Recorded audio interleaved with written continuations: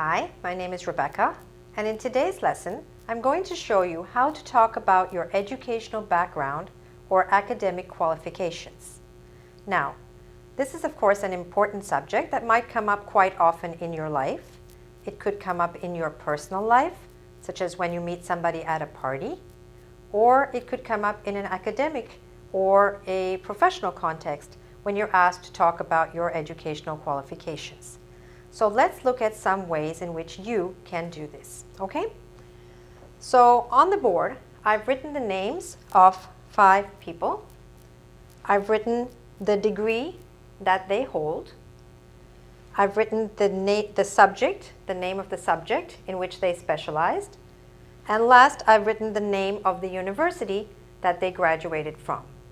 So now let's try to make some sentences to describe what's going on here. All right? So we could say about the first person, Tom. Tom has a BA in history from the University of Toronto. Tom has a BA in history from the University of Toronto, right?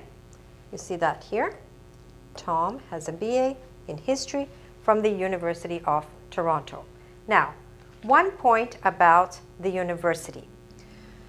Universities are usually named in 2 ways.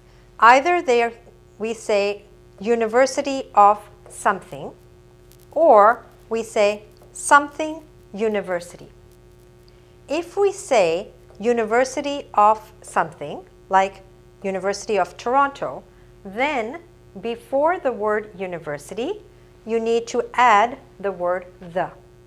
So Tom has a BA in history from the University of Toronto.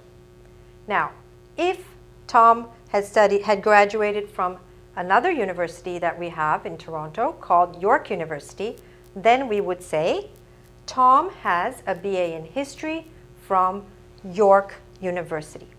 Then you don't need to say the. You just say the name and followed by the word university. And you will see that in the examples that follow. Okay? Let's look at another way, by the way, before we go on to Maria, let's look at another way we can talk about Tom. We could say Tom graduated from the University of Toronto with a BA in history. BA, of course, is Bachelor of Arts. Tom graduated from the University of Toronto with a BA in history. So you could also express it that way, okay? Whatever is easier. The first one I gave you is probably the easiest. Let's look at another example, Maria. So we could say Maria holds an MBA from Harvard University. You could also say Maria has an MBA or Maria holds an MBA from Harvard University. Master of Business Administration is an MBA. Now, you will notice that I said an MBA. Here I said Tom has a BA. Here I said Maria has an MBA. Why is that? Why did I not say a MBA? Because the letter M, if we actually were to write or spell out the letter M, we would spell it out as E-M, M. It has a vowel sound at the beginning. And whenever you have a vowel sound, not just a vowel, but also a vowel sound at the beginning of something, then before that, you need to say an MBA so that it flows more smoothly than saying a M, okay? An MBA, all right? Let's look at the third example. Hassan, right? Hassan graduated from the University of Cambridge with a BSc in microbiology. All right? I'll say that for you again.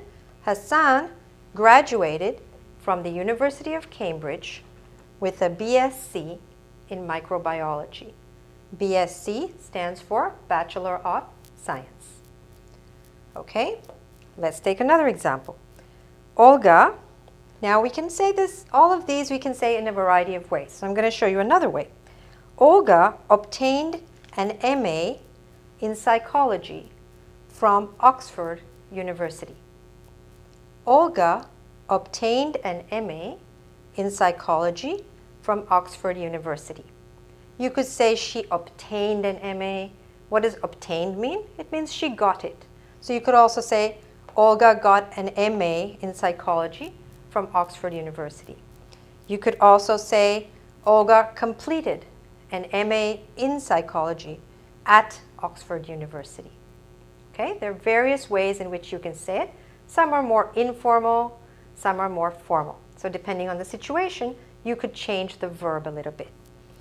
The last one here is Raj. So we could say here that Raj has a PhD. Raj has a PhD in economics from MIT. All right? Sometimes they also say Raj was awarded a PhD in economics by MIT. All right?